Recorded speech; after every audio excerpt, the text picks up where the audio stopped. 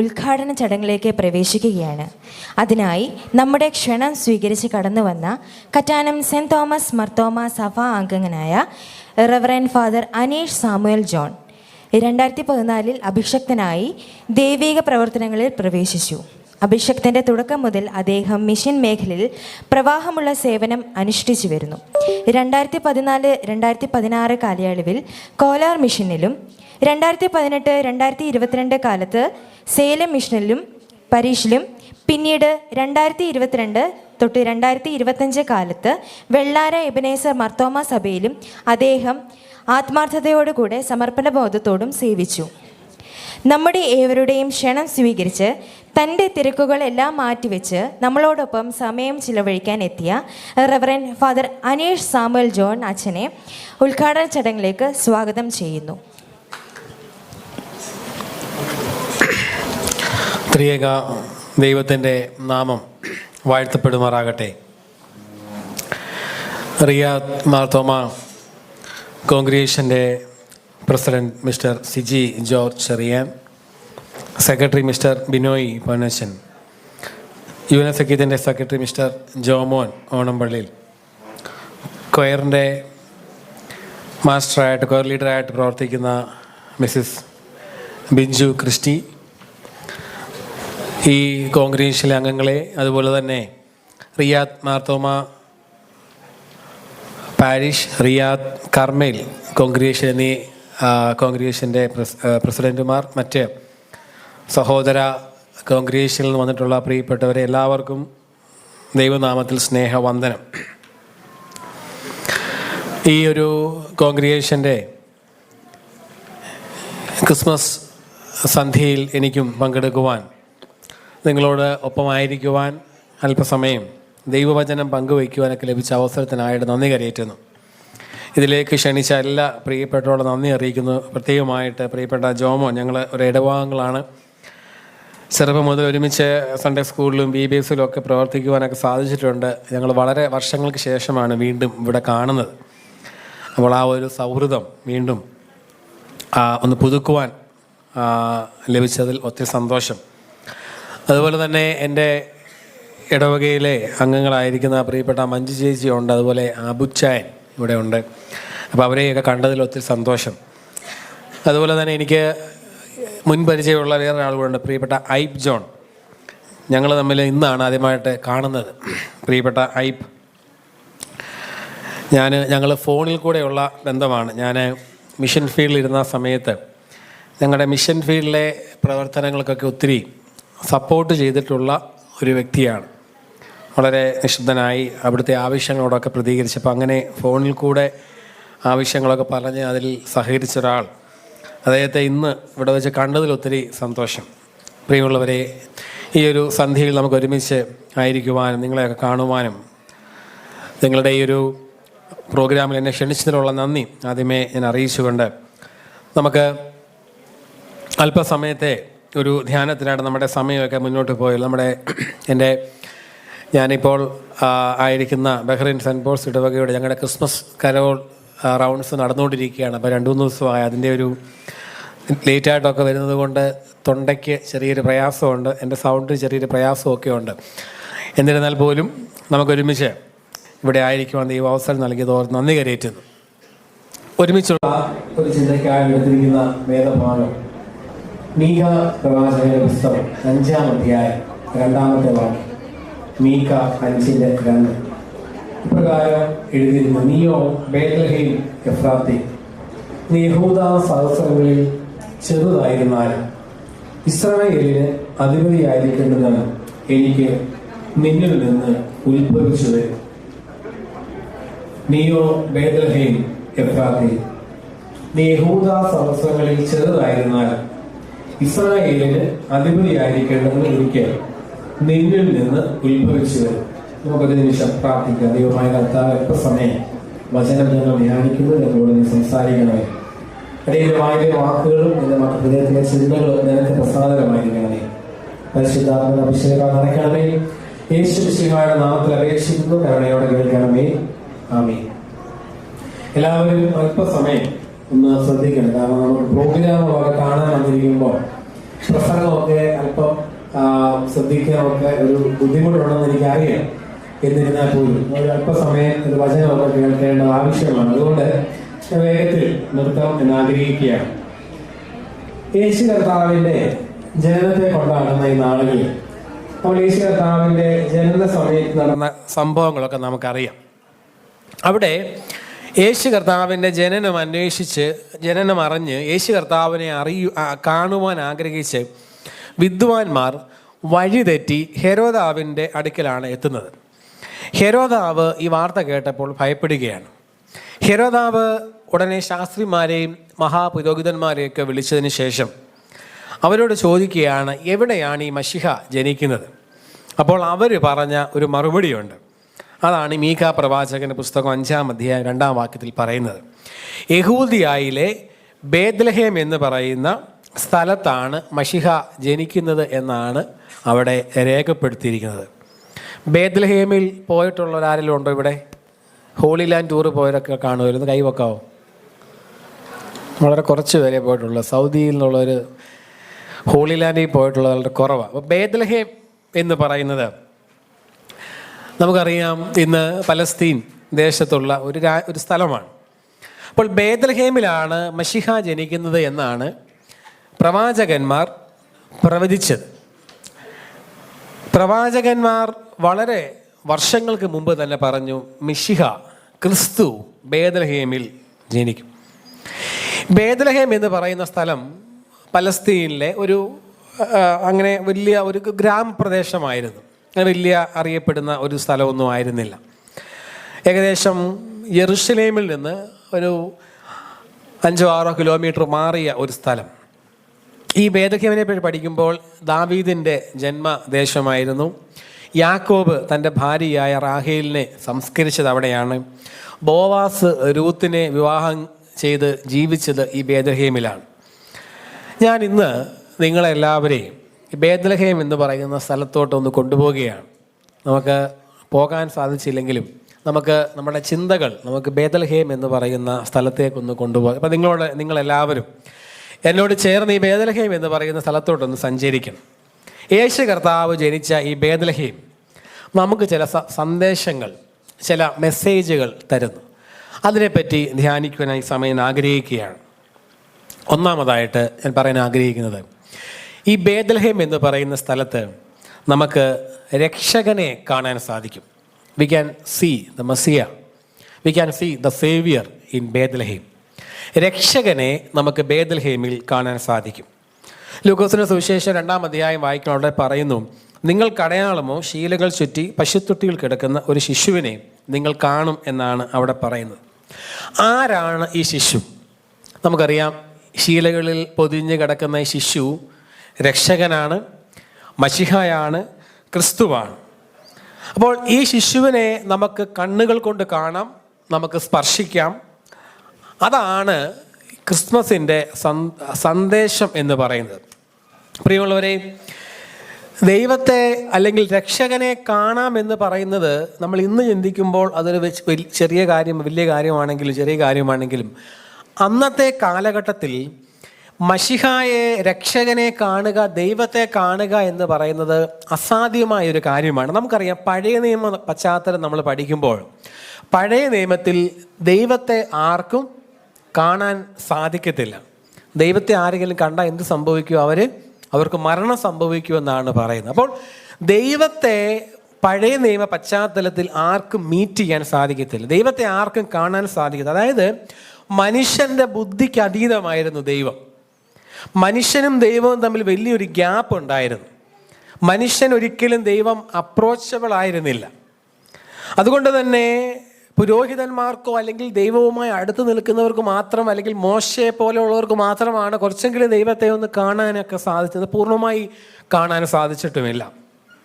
എന്നാൽ പ്രിയമുള്ളവരെ, ബേത്ലഹേം നമ്മളോട് പറയുന്ന ഒരു കാര്യമുണ്ട്. ദൈവത്തെ നമുക്ക് കാണാം. അതാണ് നമ്മൾ പറയുന്നത്, എന്താണ് ഇമ്മാനുവേൽ? എന്താണ് അതിൻ്റെ അർത്ഥം? ദൈവം നമ്മോടുകൂടെ, ദൈവം നമ്മോടുകൂടെ. പുറപ്പാട് പുസ്തകം 33-ാം അധ്യായം 20-ാമത്തെ വാക്യത്തിൽ ഇപ്രകാരമാണ് പറയുന്നത്, നിനക്ക് എൻ്റെ മുഖം കാണുവാൻ കഴിയില്ല, ഒരു മനുഷ്യനും എന്നെ കണ്ട് ജീവനോടെ ഇരിക്കുകയില്ല എന്ന് അരുളി ചെയ്തു. ആര് പറയുന്നതാണ്? യഹോവ മോശയോട് പറയുകയാണ്, ആർക്കും എന്നെ കാണാൻ സാധിക്കത്തില്ല. എന്നാൽ ബേത്ലഹേം എന്ന് പറയുന്ന സ്ഥലം നമ്മളോട് പറയുന്ന സന്ദേശം എന്താണ്? God is with us. നമ്മളോടൊപ്പം ആരുണ്ട്? ദൈവമുണ്ട്.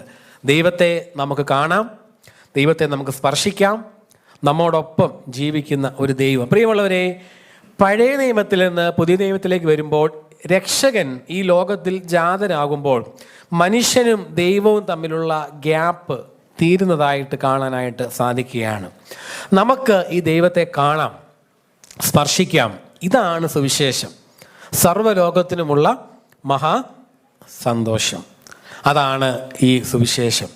പ്രിയമുള്ളവരെ, ഞാൻ നിങ്ങളോട് ഒരു കാര്യം ചോദിച്ചോളട്ടെ. നമ്മളൊക്കെ ഈ ലോകത്തിൻ്റെ ഒത്തിരി നേതാക്കന്മാരെ, പലതരത്തിലുള്ള ലീഡേഴ്സിനെ കാണുന്നവരാണില്ലേ? ഇപ്പം നമുക്കറിയാം, നമ്മുടെ നാട്ടിലൊക്കെ ഒരു രാഷ്ട്രപതിയോ പ്രധാനമന്ത്രിയോ ഒക്കെ പോവുകയാണെങ്കിൽ ആ റോഡെല്ലാം ബ്ലോക്ക് ചെയ്ത് ആർക്കും അപ്രോച്ചബിൾ അല്ല. നേതാവിനെ ഒന്ന് കാണണമെങ്കിൽ, പ്രസിഡന്റിനെ ഒന്ന് കാണണമെങ്കിൽ ഭയങ്കര അപ്രോച്ചബിൾ. ഇപ്പം നമ്മുടെ മണ്ഡലത്തിലെ ഒരു MPയെ നിങ്ങൾക്കൊന്ന് കാണണമെങ്കിൽ വളരെ പ്രയാസമായിരിക്കും.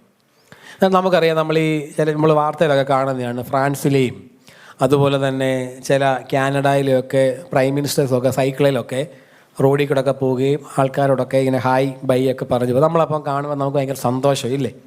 ഞാൻ ചോദിക്കുന്നത്, നമ്മൾ ജയിപ്പിച്ച് വിട്ട ഒരു MP നമ്മളെ കാണാൻ നമ്മൾ ചെല്ലുമ്പോൾ നമുക്ക് അവരൊരിക്കലും അപ്രോച്ചബിൾ അല്ലെങ്കിൽ നമുക്ക് അവരോട് എന്ത് തോന്നും? നമുക്കൊരു ഇഷ്ടം തോന്നത്തില്ല. ഇപ്പം നമ്മൾ ഈ നാളുകളൊക്കെ പഞ്ചായത്ത് ഇലക്ഷനാണ്, നമ്മുടെ വാർഡ് മെമ്പറൊക്കെ ജയിപ്പിച്ച് വിട്ട ആൾക്കാർ ഇപ്പം നമ്മുടെ മുമ്പിൽ വരുമ്പോൾ, ജയിച്ചവർ വീണ്ടും മത്സരിക്കാൻ വരുമ്പം നമ്മളോട് നമ്മുടെ ആവശ്യങ്ങളിൽ പ്രതികരിച്ചവരോട് നമുക്ക് സ്നേഹമാണ്. എന്നാൽ അല്ലാത്തവരെ നമ്മൾ പറയും, ഇല്ല 5 വർഷം കഴിഞ്ഞിട്ടാണ് വീണ്ടും വരുന്നത്. അതുകൊണ്ട് പ്രിയമുള്ളവരെ, ഈ പഴയ നിയമ പശ്ചാത്തലത്തിൽ നിന്ന് പുതിയ നിയമത്തിലേക്ക് വരുമ്പോൾ ദൈവവും മനുഷ്യനും തമ്മിലുള്ള ബന്ധം കൂടുതൽ അടുത്തു. അതായത് മനുഷ്യൻ്റെ വേദനകളെ അറിയുന്ന ഒരു ദൈവത്തെ നമുക്ക് കാണാനായിട്ട് സാധിക്കുകയാണ്. ഒരിക്കൽ ഒരു ബാലൻ, അവൻ ഒരു നായ്ക്കുട്ടിയെ വാങ്ങാനായിട്ട് അവൻ കടയിൽ പോയി. അപ്പോൾ അവിടെ ഒത്തിരി നല്ല വലിയ ബ്രീഡിലുള്ള വില കൂടിയ നായ്ക്കുട്ടികളൊക്കെ ഉണ്ട്. അപ്പോൾ പലതൊക്കെ നോക്കിയെങ്കിലും അവിടെ ആരും വാങ്ങാതെ കിടന്ന ഒരു നായ്ക്കുട്ടിയുണ്ട്.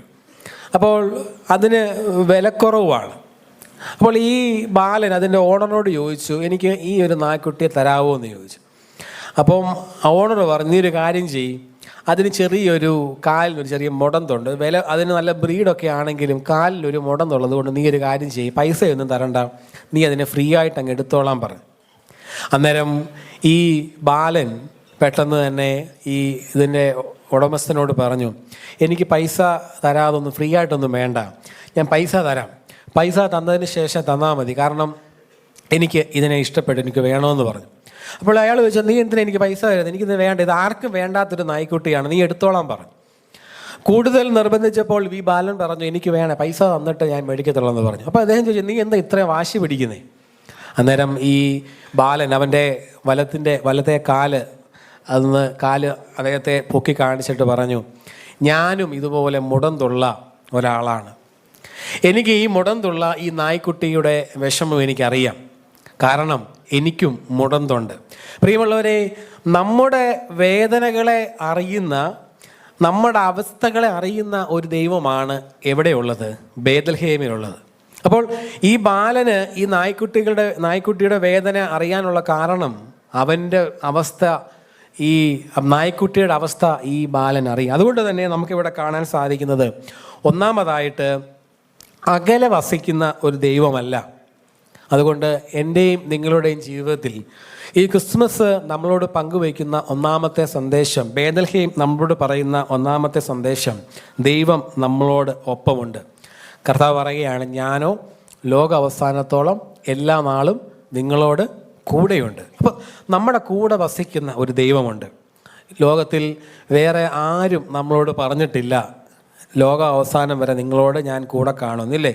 ഭർത്താവും പറഞ്ഞിട്ടില്ല, ഭാര്യയും പറഞ്ഞിട്ടില്ല, അപ്പനും പറഞ്ഞിട്ടില്ല, മക്കളും അതിന് പറയാൻ പറ്റത്തില്ലല്ലേ? കാരണം ആരെങ്കിലുമൊക്കെ എപ്പോഴെങ്കിലുമൊക്കെ നമ്മിൽ നിന്ന് വിട്ടുപോകേണ്ടവരാണ്. എന്നും കൂടെയുള്ളവരാരാണ്? ദൈവം മാത്രമാണ്. അതുകൊണ്ട് പ്രിയമുള്ളവരെ, ദൈവം നമ്മളോടൊപ്പം വസിക്കാനായിട്ട് ഈ ലോകത്തിൽ വരുമ്പോൾ ഞാനും നിങ്ങളും ദൈവത്തോടൊപ്പം വസിക്കാൻ തയ്യാറാകുന്നുണ്ടോ എന്ന് ബേത്ലഹേം നമ്മളോട് ചോദിക്കുകയാണ്. അപ്പോൾ ഒന്ന് ഞാൻ പറഞ്ഞ് അവസാനിപ്പിക്കുകയാണ്, അകലെ നിൽക്കുന്ന ഒരു ദൈവമല്ല, അടുത്ത് നിൽക്കുന്ന, നമ്മുടെ അവസ്ഥകൾ അറിയുന്ന, നമ്മുടെ വേദനകൾ അറിയുന്ന, നമ്മളോടൊപ്പം നമ്മുടെ ദുഃഖം അറിയുന്ന, നമ്മുടെ സഹനങ്ങൾ അറിയുന്ന, നമ്മുടെ കണ്ണുനീരറിയുന്ന ഒരു ദൈവമാണ് രക്ഷകൻ, യേശു കർത്താവ്. ആ രക്ഷകൻ ബേത്ലഹേമിലുണ്ട്. രണ്ടാമതായിട്ട് നമുക്ക് കാണാൻ സാധിക്കുന്നത്, ബേത്ലഹേം ചില പ്രതീക്ഷകൾ നമുക്ക് തരുന്നുണ്ട്. ചില പ്രതീക്ഷകൾ.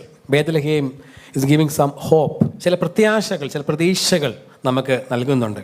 പ്രിയമുള്ളവരെ, അതായത് നമുക്ക് ഇസ്രായേലിൻ്റെ ചരിത്രം പഠിക്കുമ്പോൾ 12 ഗോത്രങ്ങളാണ് ഇസ്രായേൽ ഉണ്ടായിരുന്നത്, അല്ലേ? 12 ഗോത്രങ്ങൾ. ഈ 12 ഗോത്രങ്ങളിൽ ഈ ഗോത്രങ്ങളെ ചെറിയ ചെറിയ ഗ്രൂപ്പുകളായി, സഹസ്രങ്ങളായിട്ടൊക്കെ ഡിവൈഡ് ചെയ്തിട്ടുണ്ട്. ഇപ്പം നമുക്കറിയാം, ഇന്ത്യയെ നമ്മൾ എത്ര സംസ്ഥാനമുണ്ട് ഇന്ത്യയിൽ?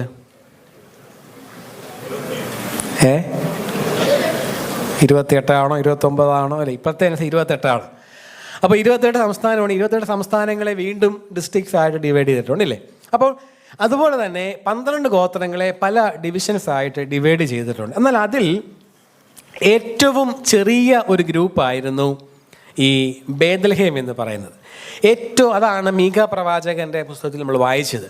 ഏറ്റവും ചെറിയ ഒരു ഗ്രൂപ്പായിരുന്നു ബേത്ലഹേം.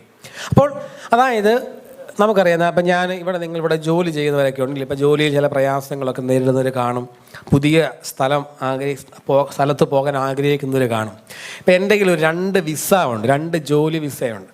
ഒന്ന് ആഫ്രിക്കയിലെ സൊമാലിയ അല്ലെങ്കിൽ നൈജീരിയ, ഉഗാണ്ടയൊക്കെയാണ് ഒന്നാമത്തെ സ്ഥലം. രണ്ടാമത്തെ സ്ഥലം ഒന്ന് USA അല്ലെങ്കിൽ ഓസ്ട്രേലിയ, സ്വിറ്റ്സർലാൻഡ്. നിങ്ങൾ ഏത് സെലക്ട് ചെയ്യും? ഉഗാണ്ടയ്ക്ക് പോവോ അമേരിക്കയ്ക്ക് പോവും? ഉഗാണ്ടയ്ക്ക് പോകുന്ന ആരെങ്കിലുണ്ടോ ഇവിടെ? കൈവക്കാൻ ഇല്ല, പാടാ. നമുക്ക് അമേരിക്കയോ അല്ലെങ്കിൽ കാനഡയോ ഒക്കെ മതി, ഇല്ലേ? കാരണം നമ്മുടെ മനസ്സിലുണ്ട് ഉഗാണ്ട, ഇല്ലേ, സൊമാലിയ, ഇല്ലേ? അപ്പം മറ്റേ അമേരിക്ക എന്ന് പറയുമ്പോൾ അമേരിക്ക, ഇല്ലേ?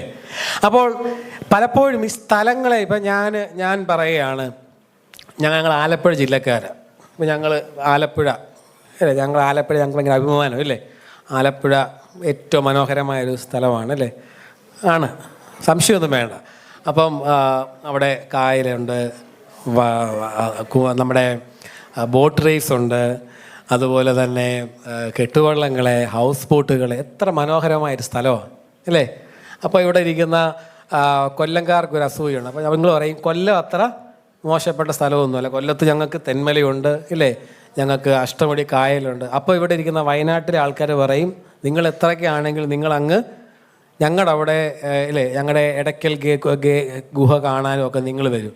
അപ്പോൾ ഇടുക്കിക്കാർ പറയും, ഇല്ലേ, നിങ്ങൾ മൂന്നാറിൽ വരുന്നു. അപ്പോൾ എറണാകുളംകാർ പറയും, നിങ്ങളില്ലേ ഞങ്ങളുടെ ഡിസ്ട്രിക്റ്റ് വന്നില്ലേ നിങ്ങൾ ഫ്ലൈറ്റ് ഇറങ്ങുന്നത് പറയും. അപ്പോൾ നമുക്കൊക്കെ നമ്മുടെ സ്ഥലം ഭയങ്കര പ്രധാനമാണ്, ഇല്ലേ? എന്നാൽ പ്രിയമുള്ളവരെ, ചില സ്ഥലങ്ങളെപ്പറ്റി നമ്മൾ കേൾക്കുമ്പോൾ നമുക്ക് ഭയങ്കര നെഗറ്റീവാണ്, ഇല്ലേ? അവിടെ എന്തോ ഉണ്ട്. ബേത്ലഹേം ശരിക്കും പറഞ്ഞാൽ അങ്ങനെയുള്ളൊരു സ്ഥലമായിരുന്നു. ബേത്ലഹേമിനെ പറ്റി പറയുമ്പോൾ വലിയ പ്രതീക്ഷയുള്ള സ്ഥലമൊന്നുമല്ല. എന്നാൽ യെരുശലേം എന്ന് പറയുന്ന സ്ഥലമാണ് അതിനടുത്ത്. യെരുശലേമിൽ എന്തുണ്ടായിരുന്നറിയോ? യെരുശലേം എന്തുണ്ടായിരുന്നു? യെരുശലേമിൽ എന്തൊക്കെ ഉണ്ടായിരുന്നു? രാജാവിൻ്റെ കൊട്ടാരമുണ്ട്, ദേവാലയമുണ്ട്. അപ്പം യെരുശലേം എന്ന് പറയുമ്പോൾ നിങ്ങളിപ്പം സൗദിയുടെ ക്യാപിറ്റലാണ് റിയാദ്, അല്ലേ? റിയാദാണ് ക്യാപിറ്റൽ. അതുപോലെ യെരുശലേം, അവിടെ രാജാവുണ്ട്, അവിടെ ദേവാലയമുണ്ട്, എല്ലാവരും ആരാധിക്കാൻ പോകും. അപ്പോൾ പ്രധാനപ്പെട്ട സ്ഥലം. എന്നാൽ ബേത്ലഹേം എന്ന് പറയുന്നത് വളരെ സാധാരണക്കാരായ ആളുകൾ ജീവിച്ചൊരു സ്ഥലം, വലിയ പ്രതീക്ഷയൊന്നും ഉള്ള ഒരു സ്ഥലമൊന്നുമല്ല. മറ്റുള്ളവരുടെ അഭിപ്രായത്തിൽ ഒരു ഹോപ്പില്ലാത്ത, പ്രതീക്ഷയില്ലാത്ത സ്ഥലമായിരുന്നു എന്നാൽ ഒരിക്കൽ അപ്പത്തിൻ്റെ ഭവനം, അപ്പത്തിൻ്റെ വീട് എന്നൊക്കെ അറിയപ്പെട്ട ഒരു സ്ഥലമായി. എന്നാൽ പിന്നീട് കാലക്രമേണ ഈ ബേത്ലഹേമിന് പ്രസക്തിയില്ലാതെയായി. എന്നാൽ പ്രിയമുള്ളവരെ, നമ്മൾ ഇന്ന് വായിച്ച ഭാഗത്ത് പറയുന്നുണ്ട്, രക്ഷകൻ എവിടാ ജനിക്കുന്നത്? ബേത്ലഹേമിൽ. പ്രിയമുള്ളവരെ, ഈ ബേത്ലഹേം എന്ന് പറയുന്ന പ്രസക്തിയില്ലാത്ത, എല്ലാവരും തള്ളിക്കളഞ്ഞ സ്ഥലത്ത് നിന്നാണ് രക്ഷകൻ ഉണ്ടാകുന്നത്. ഞാൻ പറഞ്ഞു വരുന്നത്, മനുഷ്യൻ്റെ മുൻപിൽ ബേത്ലഹേം വിലയില്ലെങ്കിലും ദൈവത്തിന് ബേത്ലഹേം വിലയുള്ളതാണ് എന്നാണ്. അതായത് ലോകം മുഴുവൻ അറിയപ്പെടുന്ന സ്ഥലമായി ബേത്ലഹേം മാറുകയാണ് രക്ഷകൻ്റെ ജനനത്തിലൂടെ. നമ്മുടെ നാട്ടിലെ മീൻപിടുത്തക്കാരെ നമുക്കൊക്കെ ഒരു പുച്ഛം ഉണ്ടായിരുന്നു, അല്ലേ? മീൻ പിടിക്കുന്നവരെ. ആ പുച്ഛം എപ്പോഴാണ് മാറിയത്? പ്രളയം വന്നപ്പോഴാണ് ഇല്ലേ? പ്രളയം വന്നപ്പോൾ നമ്മൾ അവരുടെ വില അറിഞ്ഞു. ബേത്ലഹേം ഇതുപോലെയായിരുന്നു, ആർക്കും വേണ്ട. എന്നാൽ പ്രിയമുള്ളവരെ, വിലയില്ലാത്തതിനെ, അപ്രസക്തമായതിനെ ദൈവം ഉയർത്തുമ്പോൾ അതിന് വിലയുള്ളതായി മാറും. അതായത് എപ്പോഴാണ് ബേത്ലഹേം വിലയുള്ളതായി മാറുന്നത്? ദൈവം അവിടെ ജനിച്ചപ്പോഴാണ്. എൻ്റെയും നിങ്ങളുടെയും ജീവിതം വിലയുള്ളതായി മാറണമെങ്കിൽ നമ്മുടെ ഉള്ളിൽ ആരുണ്ടാകണം? ദൈവം ഉണ്ടാകണം. ഞാനും നിങ്ങളും ഒരുപക്ഷെ മറ്റുള്ളവരുടെ മുമ്പിൽ, പ്രിയമുള്ളവരെ, നമുക്ക് വലിയ വിലയില്ലെങ്കിലും എൻ്റെയും നിങ്ങളുടെ ഉള്ളിൽ കർത്താവ് ഉണ്ടെങ്കിൽ ദൈവത്തിന് ഞാൻ ആരാണ്? വിലയുള്ളവനാണ് എന്ന് നമ്മൾ ഒരിക്കലും മറന്നു പോകരുത്. ഇന്നെല്ലാവരും ബേത്ലഹേമിലേക്കാണ് പോകുന്നത് ഇല്ലേ? രക്ഷകൻ്റെ ജന്മസ്ഥലം കാണാനായിട്ട് പോവുകയാണ്. അപ്പോൾ ബേത്ലഹേം നമുക്ക് തരുന്നൊരു പ്രത്യാശയുണ്ട്. ആരും പ്രതീക്ഷിക്കാത്തവരെ, എല്ലാവരും തള്ളിക്കളഞ്ഞവരെ ഉയർത്തുന്ന ഒരു ദൈവമുണ്ട്. നമുക്കറിയാം, മറിയം ആർക്കും അറിയാത്തൊരു സ്ത്രീയായിരുന്നു ഇല്ലേ? ഒരു പെൺകുട്ടിയായിരുന്നു, സാധാരണക്കാരി. എലിസബത്തിനെ നമുക്കറിയാം ഇല്ലേ? വളരെ പ്രായമായ ഒരാൾ. എന്നാൽ അങ്ങനെയുള്ളവരെയും ഉയർത്തുന്ന ഒരു ദൈവത്തെ നമുക്ക് ഈ ബേത്ലഹേമിൽ കാണാനായിട്ട് സാധിക്കും. അതുകൊണ്ട് പ്രിയമുള്ളവരെ, നമ്മളൊക്കെ വിലയുള്ളതായി തീരുന്നത് തമ്പുരാൻ നമ്മുടെ ഉള്ളിൽ ഉള്ളപ്പോഴാണ്. ഞാൻ നിങ്ങളോടൊരു ചോദ്യം ചോദിക്കും. ഈ ഒരു ടേബിളിൽ 2 ബോക്സ് ഉണ്ട് എന്നിരിക്കട്ടെ. ഒന്ന് ഒരു ഗോൾഡിൻ്റെ ഒരു ബോക്സാണ്. ആ ബോക്സിൻ്റെ ഗോൾഡിൻ്റെ ഒരു ബോക്സ് ഉണ്ട്, ഗ്ലാസിൻ്റെ ഒരു ബോക്സ് ഉണ്ട്. ഈ ഗോൾഡിൻ്റെ ബോക്സിൻ്റെ അകത്തിൽ അല്പം വിഷമാണെന്ന് വിചാരിച്ചു. ഗ്ലാസിൻ്റെ ബോക്സിൻ്റെ അകത്ത് അല്പം ജ്യൂസാണെന്ന് വിചാരിച്ചു. നിങ്ങൾ എന്തെടുക്കും? അത് കുടിക്കാനാണ്. ഞാൻ ഇതുപോലെ ഒരിക്കൽ ചോദിച്ചപ്പോൾ ഒരാൾ പറഞ്ഞു, ഗോൾഡിൻ്റെ ബോക്സ് എടുത്തിട്ട് അതിലെ വിഷം കളഞ്ഞിട്ട് അതങ്ങ് എടുക്കുമെന്ന് പറഞ്ഞു. ഞാൻ ചോദിക്കുന്നത്, കുടിക്കണം. ഗോൾഡിൻ്റെ ബോക്സ് ഉണ്ട്, അല്ലെങ്കിൽ ഗ്ലാസ് ഉണ്ട്. ഗ്ലാസിൻ്റെ ഒരു ഗ്ലാസ് ഇരിപ്പുണ്ട്, അതിൽ വെള്ളമാണ്. ഗോൾഡിൻ്റെ അകത്തിൽ വിഷമാണ്. നമ്മൾ എന്തെടുക്കുന്നേ? നമുക്ക് ആവശ്യം എന്താണ്? വെള്ളമാണില്ലേ? അപ്പോൾ ഗോൾഡ് എത്ര വിലയുണ്ടെന്ന് പറഞ്ഞാലും അതിൻ്റെ ഉള്ളിൽ വിഷമാണെങ്കിൽ നമുക്കതിന് പ്രസക്തിയില്ല. അതുകൊണ്ട് ഞാൻ പറഞ്ഞു വന്നത്, ബേത്ലഹേം എന്ന് പറയുന്ന സ്ഥലം, പ്രിയമുള്ളവരെ, നമ്മുടെ ഉള്ളിൽ കർത്താവ് ഉണ്ടെങ്കിൽ ഞാനും നിങ്ങളും വിലയുള്ളവരായി മാറുമെന്ന് രണ്ടാമതായിട്ട് ഇവിടെ പറയുക. അതുകൊണ്ട് രണ്ടാമത്തെ ചിന്ത അവസാനിപ്പിക്കുകയാണ്. ബേത്ലഹേം നമുക്ക് ചില പ്രതീക്ഷകൾ നൽകുന്നുണ്ട്. ഞാനും നിങ്ങളുമൊക്കെ മറ്റുള്ളവരുടെ മുമ്പിൽ വലിയ വിലയില്ലാത്തവരാകാം. മറ്റുള്ളവർക്ക് നമ്മളെപ്പറ്റി വലിയ പ്രതീക്ഷകൾ കാണത്തില്ല.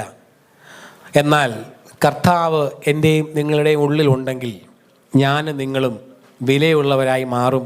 നമ്മളെ മാനിക്കുന്ന ഒരു ദൈവമുണ്ട് എന്ന് മറന്നുപോകും. മൂന്നാമതായിട്ട്, ബേത്ലഹേം ചില ഒരുമയുടെ പാഠങ്ങൾ നമുക്ക് തരുന്നുണ്ട്. ഒരുമയുടെ പാഠങ്ങൾ, ലെസൺ ഓഫ് യൂണിറ്റി. പ്രിയമുള്ളവരെ, നമ്മൾ ഈ ബേത്ലഹേമിലേക്ക് നമ്മൾ വീണ്ടും ഒന്നുകൂടെ യാത്ര പോകുമ്പോൾ അവിടെ ചില കാര്യങ്ങൾ കാണാൻ സാധിക്കും. അവിടെ നമുക്ക് കാണാൻ സാധിക്കുന്നത്, ലൂക്കോസിൻ്റെ സുവിശേഷത്തിൽ നമ്മൾ കാണുന്നു, അവിടെ മാലാഖമാരുണ്ട്.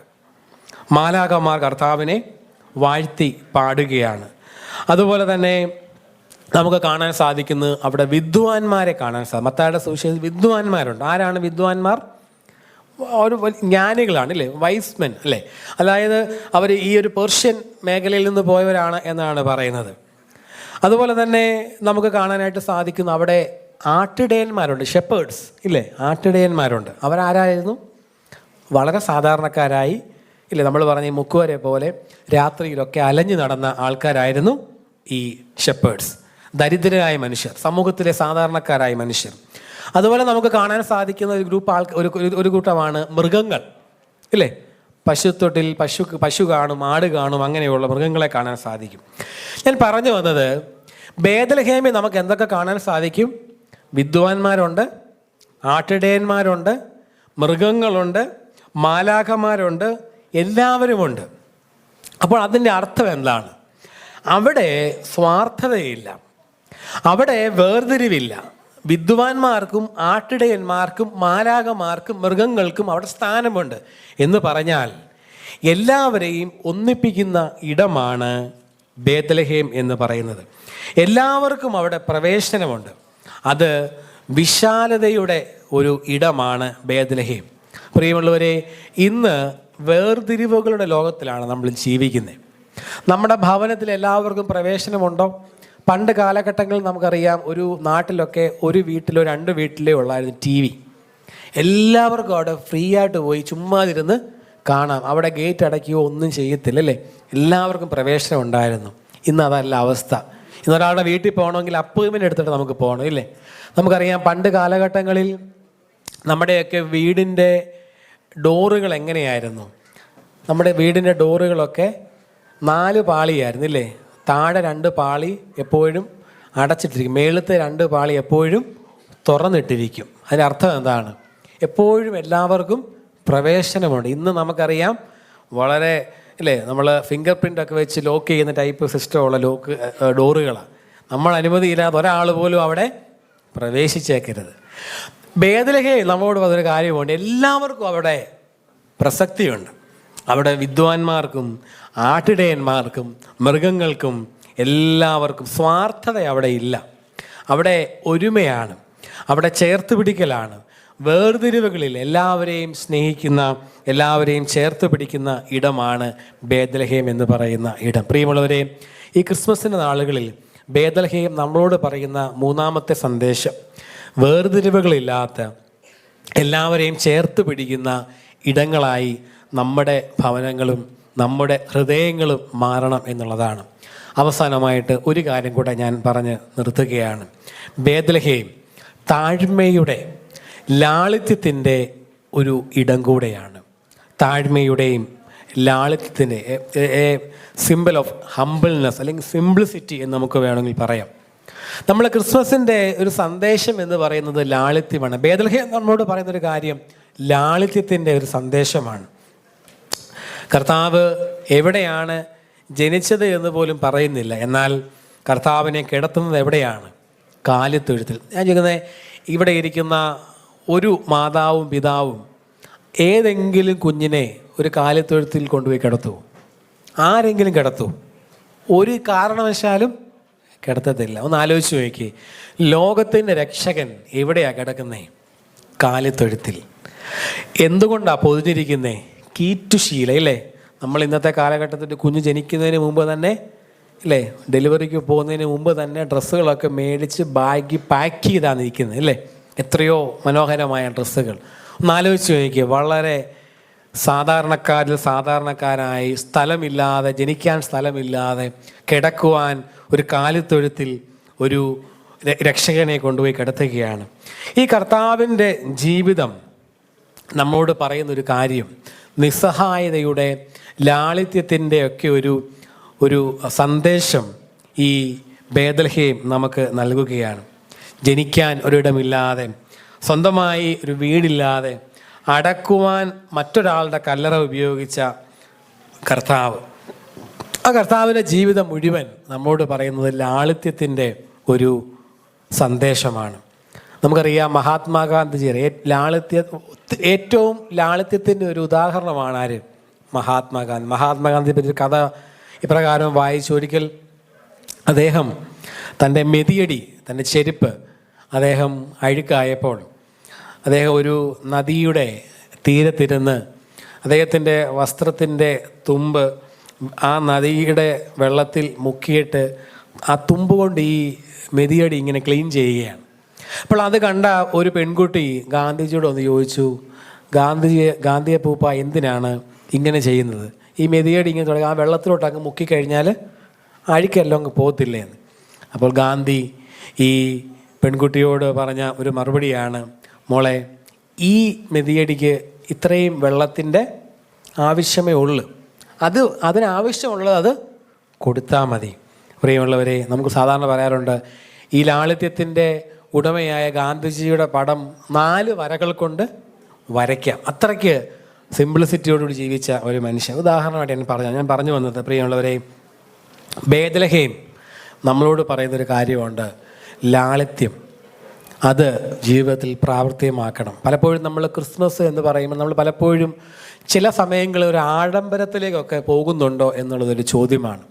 നമ്മൾ ആഘോഷിക്കുമ്പോൾ ലാളിത്യത്തിൻ്റെ ഉടമയായി ജീവിച്ച, ഏറ്റവും ലാളിത്യത്തോടുകൂടി ജീവിച്ച യേശു കർത്താവിനെ നമ്മൾ ഒരിക്കലും മറന്ന് എളിയവരിൽ എളിയവരായി, സാധാരണക്കാരിൽ സാധാരണക്കാരനായി ജീവിച്ച യേശു കർത്താവിനെ നമ്മൾ ഒരിക്കലും മറന്ന് പോകരുത്. നമ്മുടെ ആഘോഷങ്ങളിൽ കർത്താവുണ്ടോ എന്നുള്ളത് നമ്മൾ ചിന്തിക്കണം. നമ്മുടെ ആഡംബരങ്ങളിൽ കർത്താവുണ്ടോ എന്ന് നമ്മൾ ചിന്തിക്കണം. ആഘോഷങ്ങൾ വേണ്ട എന്നുള്ളതല്ല. ആഘോഷിക്കുമ്പോൾ തീർച്ചയായിട്ടും എളിയവരെയും ഓർക്കുവാനും കൂടെ നമുക്ക് സാധ്യമായി തീരണം. പ്രിയമുള്ളവരെ, 4 ചിന്തകളാണ് ഞാൻ നിങ്ങളോട് പങ്കുവച്ചത്. ഒന്നാമതായിട്ട് ഞാൻ പറഞ്ഞു, ബേത്ലഹേമിൽ നമുക്ക് എന്ത് കാണാം? ലോകത്തിൻ്റെ രക്ഷകനെ നമുക്ക് കാണാം. ദൈവവും മനുഷ്യനും തമ്മിലുള്ള അകലം കുറച്ച് നമ്മോടൊപ്പം ജീവിച്ച രക്ഷകനെ നമുക്ക് ബേത്ലഹേമിൽ കാണാൻ സാധിക്കും. രണ്ടാമതായിട്ട്, ബേത്ലഹേം ചില പ്രതീക്ഷകൾ നമുക്ക് നൽകുന്നുണ്ട്. ആരും അറിയപ്പെടാതെ ജീവിച്ച, ആരാരും ശ്രദ്ധിക്കാതെ കിടന്ന ഒരു കൊച്ചു സ്ഥലത്താണ് രക്ഷകൻ വന്ന് പിറക്കുന്നത്. അതുകൊണ്ട് രണ്ടാമതായിട്ട് പറയുകയാണ്, നമ്മൾ മൂല്യമില്ലാത്തവരാണെങ്കിലും നമ്മളെ ആരും മാറ്റി നിർത്തിയാലും എൻ്റെയും നിങ്ങളുടെ ഉള്ളിൽ കർത്താവ് ഉണ്ടെങ്കിൽ ഞാനും നിങ്ങളും വിലയുള്ളവരായി മാറും എന്ന് നമ്മൾ മറന്നു പോകരുത്. 3, ഒരുമയുടെ പാഠം നമുക്ക് ബേത്ലഹേമിൽ കാണാൻ സാധിക്കും. അവിടെ വേർതിരിവുകളില്ല, സ്വാർത്ഥതയില്ല, എല്ലാവർക്കും അവിടെ ഇടമുണ്ട്. അവിടെ മാലാഖമാരും അവിടെ മൃഗങ്ങളും ആട്ടിടയന്മാരും വിദ്വാൻമാരും അവിടെ ഉണ്ട്. അവസാനമായിട്ട് ബേത്ലഹേം നമ്മളോട് പറയുന്നത് ലാളിത്യം, താഴ്മ നമുക്ക് ഉണ്ടാകണം. എല്ലാവരെയും ചേർത്ത് പിടിക്കുന്ന, താഴ്മയോടുകൂടി സ്വീകരിച്ച ആ മശിഹായുടെ പിൻതലമുറക്കാരായി നമ്മൾ ജീവിക്കുമ്പോൾ പ്രിയമുള്ളവരെ, നമുക്കും ആ ഒരു മാതൃക പിൻപറ്റുവാനായിട്ട് സാധിക്കട്ടെ. ഈ ബേത്ലഹേം നമ്മളോട് പറഞ്ഞ ചില സന്ദേശങ്ങളിൽ എന്തെങ്കിലുമൊക്കെ നമുക്ക് സ്വീകരിക്കാനായിട്ട് സാധിക്കുന്നുണ്ടെങ്കിൽ തീർച്ചയായിട്ടും ഈ ക്രിസ്മസ് ഏറെ അർത്ഥവത്തായി തീരും എന്നതിന് യാതൊരു സംശയവുമില്ല. നമ്മൾ ഇവിടെ നിന്ന് മടങ്ങിപ്പോകുമ്പോൾ ബേത്ലഹേം നമ്മളോട് പറഞ്ഞതായിട്ടുള്ള ചെറിയ ചിന്തകൾ, ഈ സന്ദേശം നമ്മുടെ ഉള്ളിൽ നിറയട്ടെ. പ്രിയമുള്ളവരെ, നീയോ ബേത്ലഹേം എഫ്രാത്തെ, നീ യഹൂദ സഹസ്രങ്ങളിൽ ചെറുതായിരുന്നാലും ഇസ്രായേലിന് അധിപതിയായിരിക്കേണ്ടവൻ എനിക്ക് നിന്നിൽ നിന്ന് ഉത്ഭവിച്ചു വരും. അവിടെ നിന്ന് ജനിച്ച ആ മശിഹായെ നമുക്ക് സ്വീകരിക്കാം. പ്രിയമുള്ളവരെ, അപ്രകാരം സ്വീകരിച്ചുകൊണ്ട് ഈ വർഷത്തെ ക്രിസ്മസ് ആഘോഷിക്കുവാനായിട്ട് ദൈവം നമ്മളെല്ലാവരെയും സഹായിക്കട്ടെ. ഈ ക്രിസ്മസിൻ്റെ സന്ദേശം ഉൾക്കൊണ്ടുകൊണ്ട് ഒരു പുതുക്കപ്പെട്ട ജീവിതം നയിപ്പാൻ ദൈവം നമ്മളെല്ലാവരെയും സഹായിക്കട്ടെ എന്ന് ആത്മാർത്ഥമായിട്ട് പ്രാർത്ഥിച്ചുകൊണ്ട് ആശംസിച്ചുകൊണ്ട് ഞാൻ എൻ്റെ വാക്കുകളെ ഉപസംഹരിക്കുന്നു. ഈ ഒരു ക്രിസ്മസ് കരോൾ സർവീസിൻ്റെ പ്രോഗ്രാം ഉദ്ഘാടനം ചെയ്തതായിട്ട് പ്രഖ്യാപിക്കുകയും ചെയ്യുന്നു.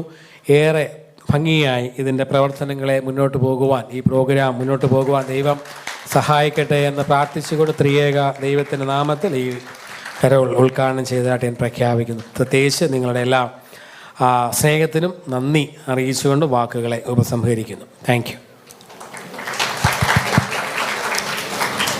ഞങ്ങളുടെ ക്ഷണം സ്വീകരിച്ച് കടന്നു വന്ന അച്ഛനോടുള്ള ഞങ്ങളുടെ നന്ദി അറിയിക്കുകയാണ്. അച്ഛൻ പറഞ്ഞതുപോലെ അച്ഛൻ കുറേ എക്സാമ്പിൾ നമ്മളോട് പറഞ്ഞല്ലേ. ബേത്ലഹേമിൻ്റെ കാര്യം പറഞ്ഞു, കർത്താവ് നമ്മുടെ ജീവിതത്തിൽ ചെയ്ത കാര്യം പറഞ്ഞു, നമ്മൾ സ്നേഹമുള്ളവരായിരിക്കണം, പരസ്പരം അംഗീകരിക്കുന്നവരായിരിക്കണം, പല പല എക്സാമ്പിൾ അച്ഛൻ ഇവിടെ പറയുകയുണ്ടായി.